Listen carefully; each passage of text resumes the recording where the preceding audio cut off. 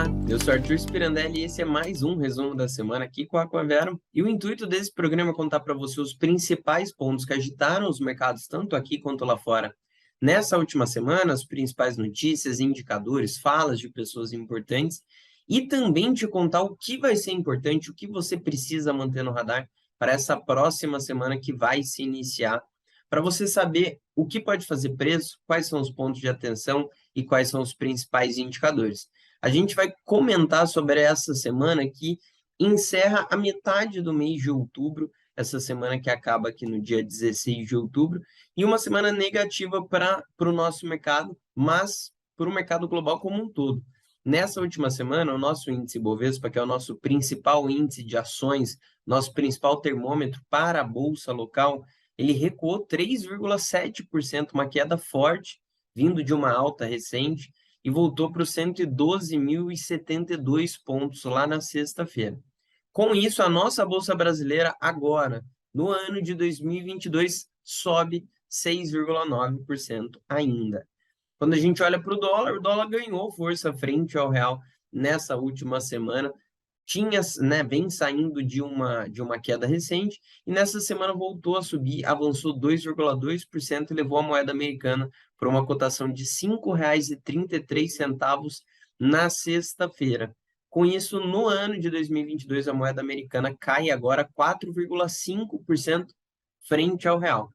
Quando a gente fala de Ibovespa, eu sempre lembro aqui vocês que o nosso índice já chegou ao patamar recorde de 130, voltou para os 98 e agora fica nesse patamar de 112. E quando a gente olha para o dólar que teve aquela máxima de 5,80, recuou para 4,70, 4,80 e agora tem ficado nessa casa dos 5,20, 5,30, nessa semana 5,33. Quando a gente olha para a curva de juros, nessa última semana a gente viu os vencimentos com uma leve alta. Essa semana foi marcada principalmente por dados inflacionários acima do esperado, tanto no ambiente doméstico quanto nos Estados Unidos, causando um aumento da aversão ao risco global pelo mercado e aumento da expectativa de elevação na taxa de juros dos Estados Unidos na próxima decisão de política monetária. A gente vai comentar com mais detalhes sobre isso daqui a pouquinho. E nos Estados Unidos, as bolsas seguem em alerta e recuaram novamente nessa última semana. No ano, o S&P 500, um dos principais índices de ações, não só dos Estados Unidos, mas do mundo como um todo, cai aproximadamente 25%. E quando a gente olha para o Nasdaq, a gente já vê uma queda no ano de 34% aproximadamente. Começando o nosso giro de notícias, para a gente entender o que aconteceu nessa última semana, o principal ponto dessa última semana, o que o mercado mais aguardava, o principal indicador era o dado de inflação lá dos Estados Unidos. E a gente teve uma surpresa altista pelo segundo mês consecutivo. A inflação ao consumidor, que é medida através do CPI ou CPI, do mês de setembro, lá dos Estados Unidos, avançou 0,4% no mês. Apesar de parecer um dado baixo, ele foi o dobro do que era esperado pelo mercado, que aguardava 0,2% no consenso das expectativas. O núcleo, que exclui ativos voláteis, apresentou surpresa na mesma magnitude, também vindo acima nesse mesmo patamar. De acordo com o CME Group, depois que saíram os dados de inflação, 91,8% do mercado passou a esperar uma quarta alta de 0,75 ponto percentual na taxa de juros lá dos Estados Unidos, na Fed Fund Rate, pelo Banco Central norte-americano na próxima reunião. Isso, obviamente, traz pessimismo para o mercado, traz cautela, traz preocupação e impacta sempre as bolsas, não só lá nos Estados Unidos, mas de outros países também.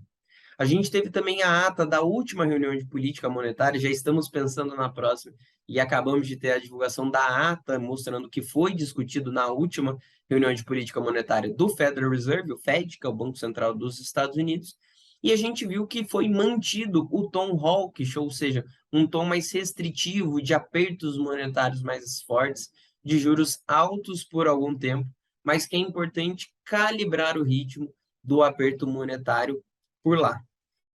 Ainda nos indicadores dos Estados Unidos, em setembro, o varejo americano apresentou estabilidade em termos nominais, abaixo do esperado, que esperava uma alta, mas explicado pela revisão altista registrada em agosto, saindo de 0,3% para 0,4%. A queda do preço de gasolina por lá impactou negativamente pelo terceiro mês os dados de postos de gasolina, consequentemente, desculpe, e além disso, a redução do consumo de bens duráveis foi um destaque por lá. Nós tivemos também a prévia da confiança do consumidor de outubro, lá dos Estados Unidos, que é medida pela Universidade de Michigan, vindo acima do esperado em 59,8 pontos, e a expectativa de inflação de um ano subiu para 5,1%. Então, um mix de indicadores aqui. Inflação nos Estados Unidos bem mais alta do que o esperado, causando aqui uma reação de aversão ao risco no mundo, com agora o aumento das expectativas de uma alta de 0,75 ponto percentual de novo, lá nos Estados Unidos, uma ata mais restritiva, mas dados de varejo americano apresentando estabilidade e confiança do consumidor melhor do que o esperado. A gente teve também o FMI, o Fundo Monetário Internacional, cortando sua previsão de crescimento global para 2023 novamente, e vê o crescimento dos Estados Unidos neste ano em apenas 1,6%, um rebaixamento de 0,7 ponto percentual em relação ao prognóstico de julho, refletindo uma inesperada contração do PIB no segundo trimestre por lá. Na Alemanha, levando já para a zona do euro, velho continente, o CPI, também dado de inflação de setembro, subiu 10% em base anual, em linha com o esperado. Olhando para o Reino Unido, o bloco manterá os planos de aumentar o imposto corporativo, segundo Liz Truss. A primeira-ministra também disse que as despesas do governo britânico aumentarão com menos rapidez do que o previsto anteriormente, como parte de um esforço para reduzir a dívida como proporção do PIB a médio prazo. Ainda por lá, a declaração do presidente do Banco da Inglaterra, o BOE, o Andrew Bailey, sobre o fim das intervenções no mercado de títulos britânico, ocasionou uma piora global da percepção de risco, também Reino Unido, no foco das atenções agora neste cenário. Na China, a inflação ao consumidor também, dado de inflação, também o CPI, subiu 2,8% em setembro na base anual, ante 2,5% em agosto e 2,9% projetado pelo mercado.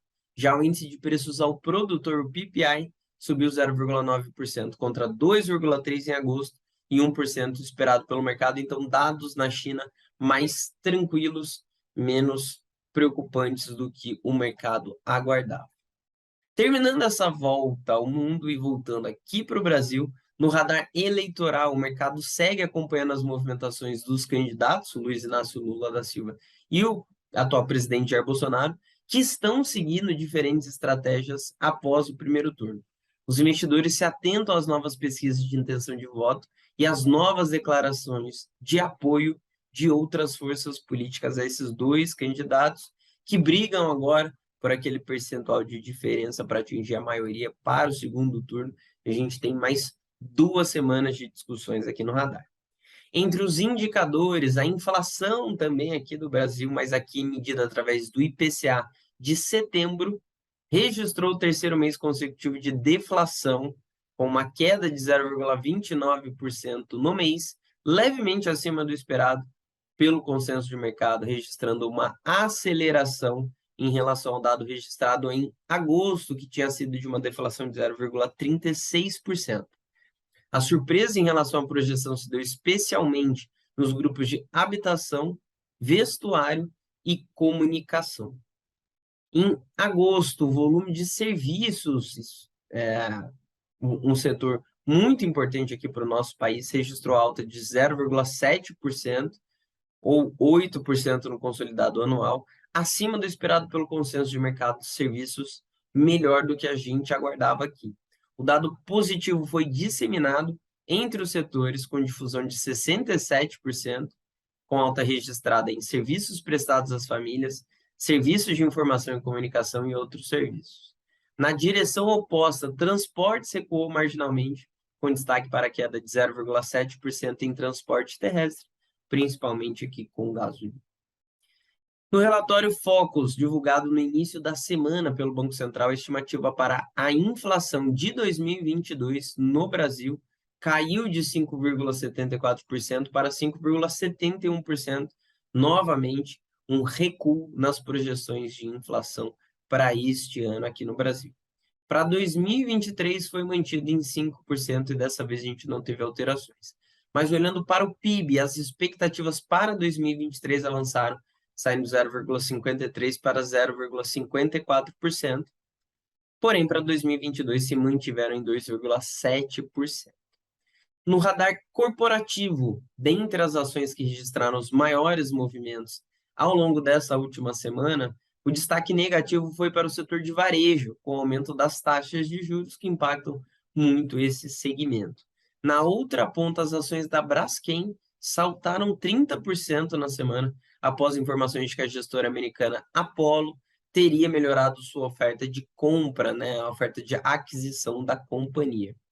E, para a gente finalizar, os investidores acompanharão de perto os próximos indicadores econômicos para entender mais sobre o momento do país, mas dificilmente tomarão decisões de longo prazo até a definição do segundo turno das eleições. O mercado segue atento para pronunciamentos dos candidatos sobre suas diretrizes econômicas para calibrar suas projeções e expectativas.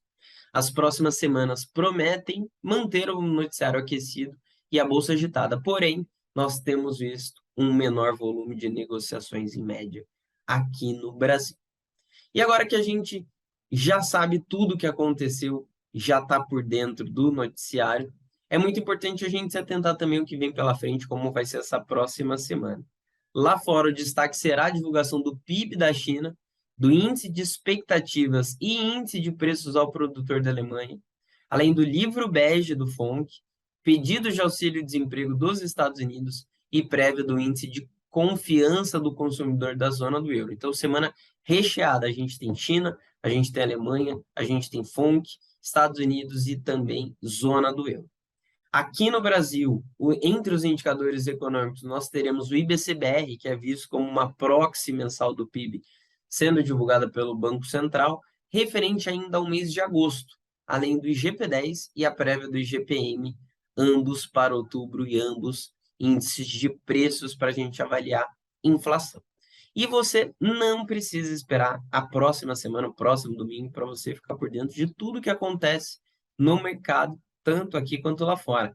Nós, a Aquavero, estamos em todas as redes no momento e no formato que você preferir. Você pode nos seguir em todas as redes sociais e ficar por dentro de tudo que está acontecendo. A gente está no Instagram e no Telegram todos os dias, divulgando notícias, indicadores, avaliações próprias, nossos conteúdos aqui dos nossos especialistas.